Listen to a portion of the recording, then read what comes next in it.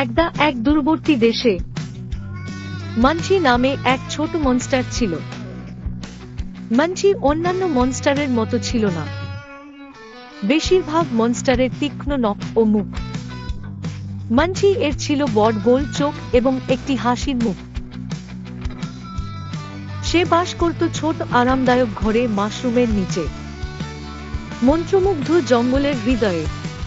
এক রৌদ্রোজ্জ্বল বিকেলে, যখন মানচি প্রতিদিন নদীর পাশে হাঁটছিল, সে হঠাৎ একটি গুহায় পড়ে আগে না দেখিনি।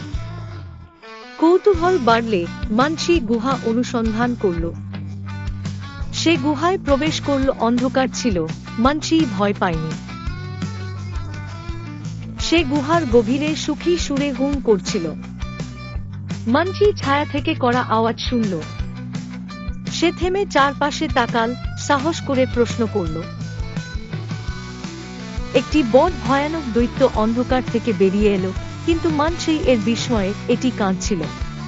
আমার নাম গ্রাম্বল, এটি এর মোজা দিয়ে বলেছিল। সবাই আমার ভয় পায়, বন্ধু নেই। মানচি হাসি মুখে গ্রাম্বলকে দুঃখিত। সে বলল, আমি দয়ালু দৈত্য, ভয়ানক না। আমি তোমার বন্ধু হতে পারি। গ্রাম্বল অবাক হয় মানচিকে দেখল। সত্যি?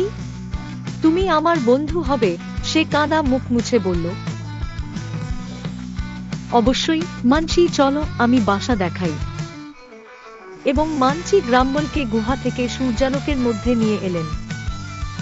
তারা একসাথে মানচির মাশরুমের বাড়িতে হাঁটু, প্রিয় খাবার ও খেলার কথা বলছিল।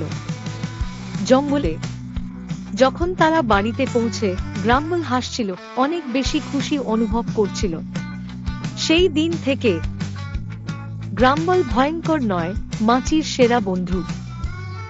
একসাথে হাসি এবং অভিযান ভাগ করে নেওয়া। তারা গুহার ধন খুঁজে, জঙ্গলের নতুন মানচিত্র তৈরি করে এবং অন্যান্য প্রাণীর সঙ্গে বন্ধুত্ব করে।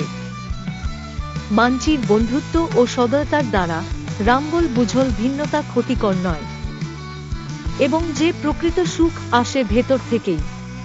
এবং তাই আনন্দময়, মায়াবী জঙ্গলে বন্ধুত্বপূর্ণ ও ভয়ঙ্কর দানব মজা করল, সব চিন্তা ভুলে একে অপরের আনন্দে।